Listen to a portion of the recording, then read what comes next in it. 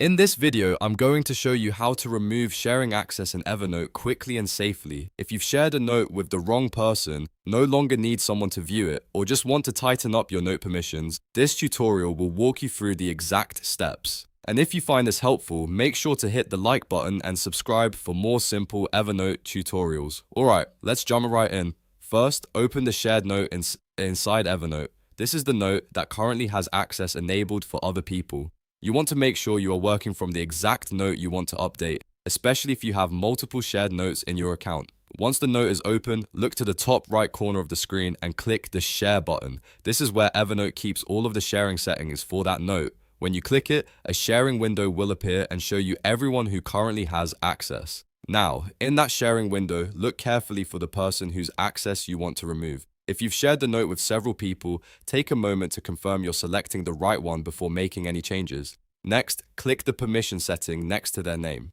In Evernote, this is usually where you can adjust what that person is allowed to do, such as view or edit the note. Instead of changing the permission, you're going to remove their access completely. From the options that appear, select Remove Access. This will revoke their permission to open or edit the shared note. It's the cleanest way to stop someone from continuing to view your content without having to delete the note itself. If Evernote asks you to confirm the action, go ahead and confirm it. This is just an extra safety step to make sure you really want to remove that person's access.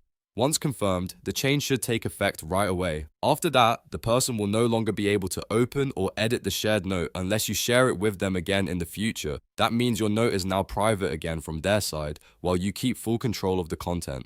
This is really useful if you accidentally shared the wrong note, if a project is finished, or if you simply want to clean up old sharing permissions and keep your Evernote workspace more secure. If you want more Evernote tips like this, don't forget to like the video, subscribe to the channel, and turn on notifications so you don't miss the next tutorial. Thanks for watching, and I'll see you in the next one.